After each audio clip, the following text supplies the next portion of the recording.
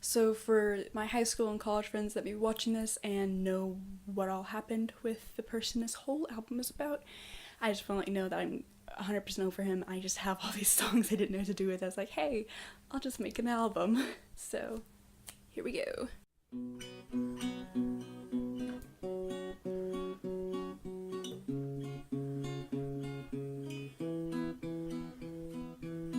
I love your red hair and your coffee stains. I could compare you to the rain, but I think not. Fancy You is a song where I clearly had a blooming crush on this boy I had just met. And I was kind of noticing little things about him that I liked, like red hair and how he got coffee stains on his homework and stuff. And it was just me kind of partly chastising myself, be like, if you like him, just like talk to him, get to know him and stuff.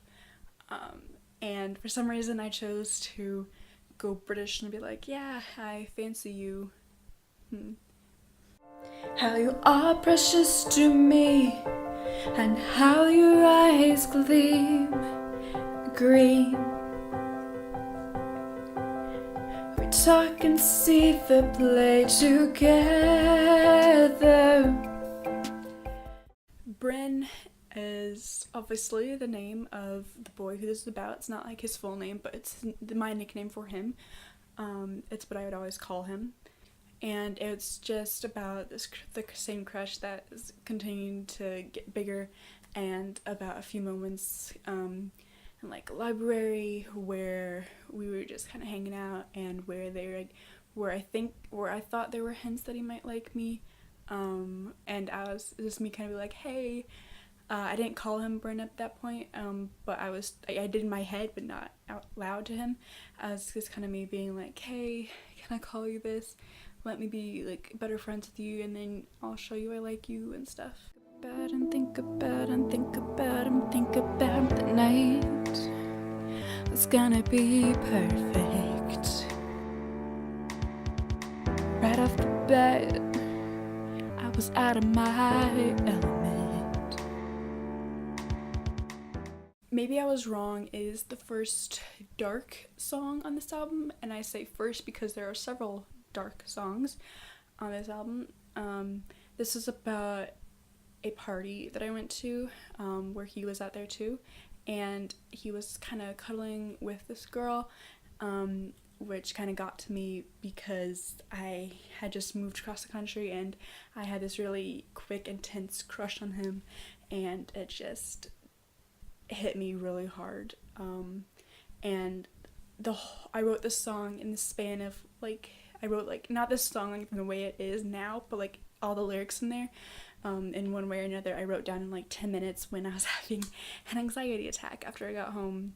And this song did used to be longer, with more lyrics, but I decided to take them out because they didn't really fit well. But this is an anxiety attack in the form of a song. It never stops.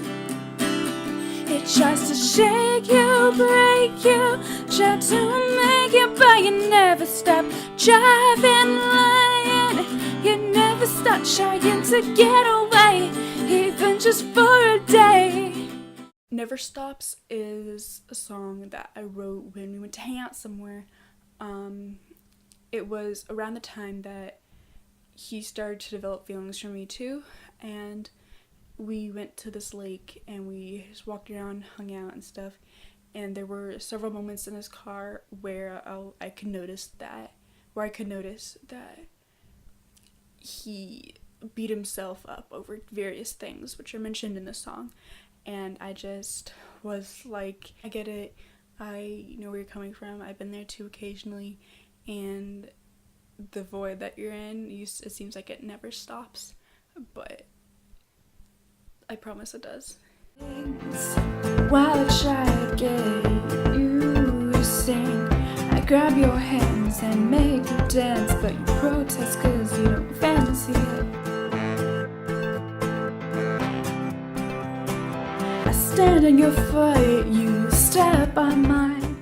In the middle of the room is about our first kiss. We were lying in my bedroom / office / my territory in the rental house I had that my parents and I had when we first moved here, and we were hanging out in there under the fan in the middle of the room.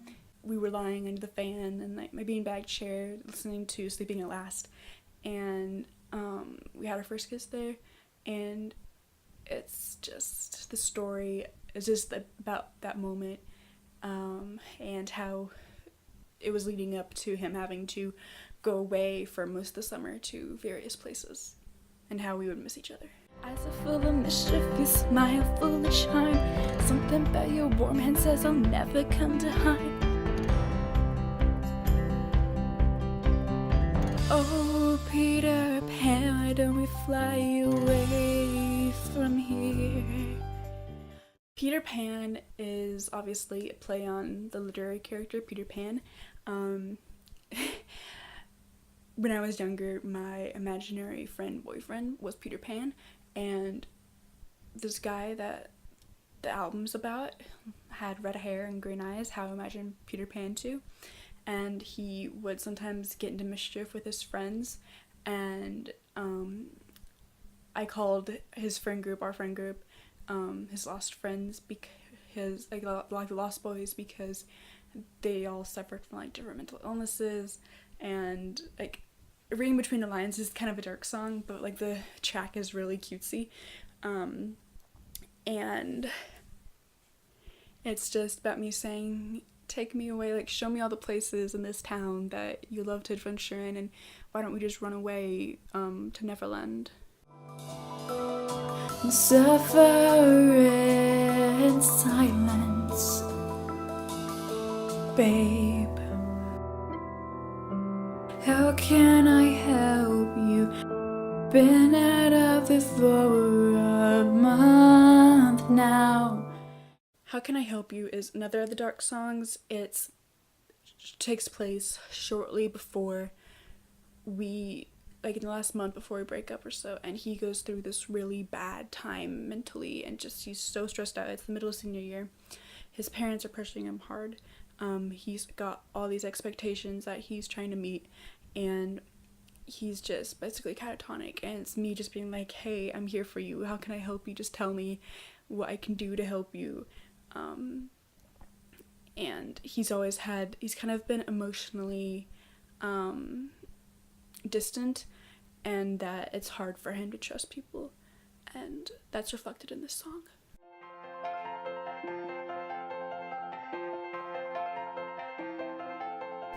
Sitting in your car, talking to you, not realizing how much I'd fallen for you. We talked about nothing and everything at once. The more we talked, I knew you were the one. 20 Seconds Time is a reference to one of my favorite quotes, and it was my senior year quote.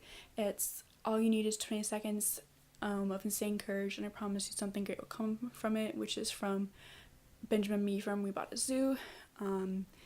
And I had that quote in mind when I told him I liked him, and the week or so before we started dating, and this was kind of me reflecting on that moment and different moments in our relationship that I had to be brave in order to speak something into existence that I felt. Are you unsteady? 'Cause I know I am. Were you unsteady with me there and I say, were you unsteady when you saw me in my dress, my hair full of baby's breath? Were you unsteady when you broke my heart, said it feels so wrong when we had to part? Are you unsteady right now when I confront you through art? Are You Unsteady or I Would've Waited is another dark song. It's a reference to a song that was important to us in our relationship, and there's also me kind of not really challenging him, but me kind of like, I guess metaphorically getting up in his face and be like, oh, were you unsteady when you saw me at prom with my, or saw you, so when you saw me in my dress, my hair full of baby's breath. Were you unsteady when you saw me at our mutual friend's pool party and I sat next to you and stuff like that. I'm going hoarse, so excuse me. And it's kind of just like me being like, I would have waited for you to get back from New York until you came back from NROTC and your 5 years that you had to serve. And at the end of this song, I kind of step away and like an imaginative narrator take over and be like, sorry boy, she would have waited, but... And all these songs are in chronological order as the events took place. Like, most of the songs are in order that I wrote them, but they're in the order of chronological events. When we dated, you always made me feel my age. Feel like a teen, what's expected of me, feel my age. When we kiss so long, I can barely breathe, feel my age. Fear My Age was written... Fear My Age was honestly one of the last songs I wrote, but the feelings take place a few months after we broke up. And I was kind of looking back and was like, okay, so there were a lot of bad parts about this breakup and relationship, but these are the good parts about it. He made me for once actually feel the age I am, 17, which I rarely feel my age because of circumstances when I was growing up and stuff, and this is really important, and I decided to name the album after this song because that was a really important thing for me, was to actually feel the age I was at the time. Anywho, I went to extend to courtesy. I haven't given too many. Humor me one last time. I swear I won't deny just how I messed up, causing you to snub everything we made, everything we shared. Humor Me One Last Time is about after you went through the breakup after me, where I was like, okay, I'm sorry that happened, and like we clearly still have feelings for each other, why don't we like try it one more time? And it was just me like trying to convince him to do that and stuff, where he was like, I don't know if it's a good idea, yada yada yada. And I was just like, okay, hear me out, humor me one last time, just listen to what I'm saying. My best friends are sick of me crying over what you did, thinking to the point where I've been making myself sick. Breathe is another different form of anxiety in a song. An anxiety attack in a song. It's him helping me through an anxiety attack this time. Instead of him being the cause of it, he's helping me through it. And we were talking on the phone, and I was just getting overwhelmed with all our history, and he was getting too. He was kind of crying stoically, as he said. And I was just full out crying, and he was like, it's okay, I'm here, just breathe, remember to breathe. And my first ex-boyfriend told me to do that too, and it was just like, it's just a reminder, and like, kind of, it's always something I need to remember, it's always something I forget to do. You're crazy, makes me homesick. Your smell still lingers on my clothes. It's like my house remembers you and knows your name still lingers on my lips. Homesick is a song I wrote in the summer between high school and college. It was me comparing this 5'11" ginger-headed person with a heart as a home and saying like, I miss you, and my house still knows you, and your name still lingers on my lips, and like it's like the ghost of you is here, and you're not physically here, and I miss you so much. Make amends. It's almost strangers, barely friends. Don't know what I was thinking, trying to save you from your ghost. Don't know what I was thinking, only to save you from yourself. I know what I was feeling. Almost Strangers, Barely Friends is on slow burn, but I included it on this album because it's about him, and I thought I would do a piano version of it.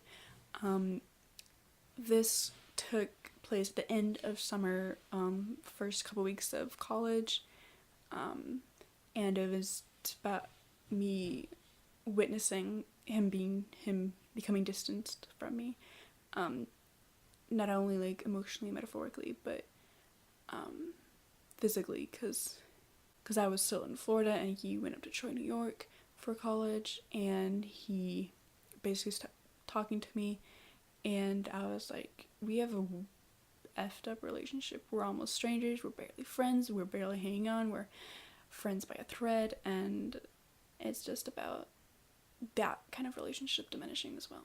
I never knew the summer could be so dark and light to be seen. The wisdom you impart when I was at my lowest, more than once, more than twice. No matter what I said, you still gave me advice. You have to know how to stand up for yourself, 'cause one day you won't have anyone else.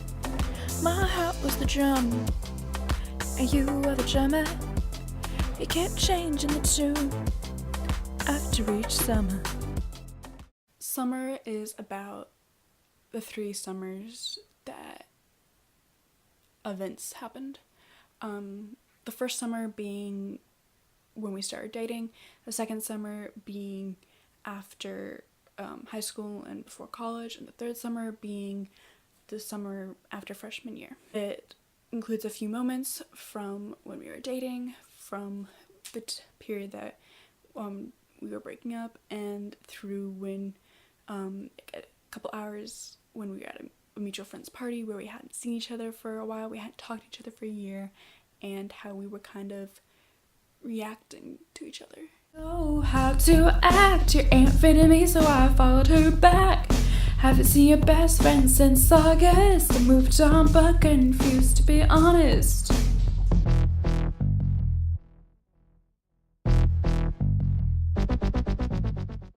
Thanking You, Bryn is the last song on the album, and it's my closure song, basically. It's me as a mature adult, as a 20-year-old. Technically I was 19 when I wrote the chorus, but 20 fit better than 19, and so I was like, here I am, 20 years old. Anyway, it was me just recognizing and accepting finally what our relationship was, and that will never be again, and that I learned a lot during that relationship. He taught me a lot of things. I'm sure I taught him a lot of things too, and I just am saying, if I saw you again, I'd be civil, and I'd be like, thank you, Bryn, for all you taught me. I hope your life's going well, and goodbye.